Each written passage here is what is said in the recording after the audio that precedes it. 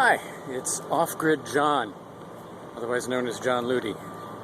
Probably more like almost Off-Grid John, since I'm not quite there yet.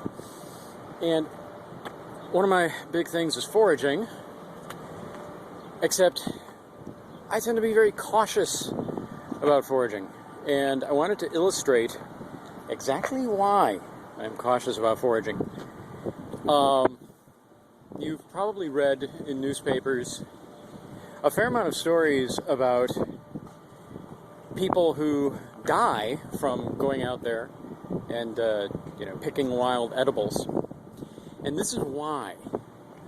I'm going to show you a little scene here outside the gym that I usually go to, where I've just weighed in at 160, so I deserve a pizza. Check this out.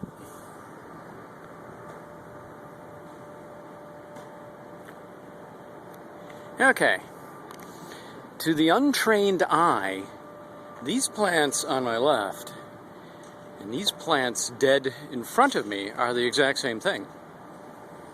And that is how people die. All right, the plant that I am approaching here is Queen Anne's lace. And if you notice the flower, it's got this wee little tiny dark purplish kind of thing in it.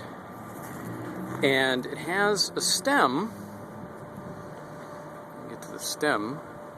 It has a stem that's covered with all sorts of little tiny hairs. That's Queen Anne's lace. That is wild carrot, and it's surrounded by some kind of seeded curly dock here. All right, we're just going to walk over about, 20 feet. And look at what we have here. Looks like Queen Anne's lace. It isn't. This is hemlock. Notice the difference in the flowers. You notice how the flower is actually not one big flower, it's several discrete little flower assemblies. And notice that the stem doesn't have any hair on it. Well, okay, that you can eat. You can't eat it in this form, but if you find the first year plants, you can eat it. This you can't. Or you can, but, if you do, it'll kill you.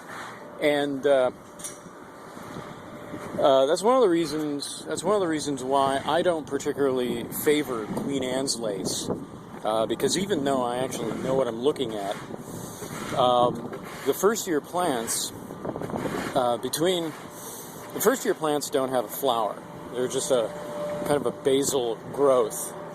And I can look at a flowered Queen Anne's lace, and I can look at a flowered hemlock, and I can easily tell the difference. But as much as I've done this, I can't tell the difference, really, between the first year of either plant. So I don't touch it. I don't touch it because the amount of calories that I would get for sustenance out of wild carrot versus the amount of risk and the amount of effort, just not worth it to me. So this is an example of why I say when you're foraging for wild edibles, you have to be extremely cautious and know exactly what you're looking for. Bye.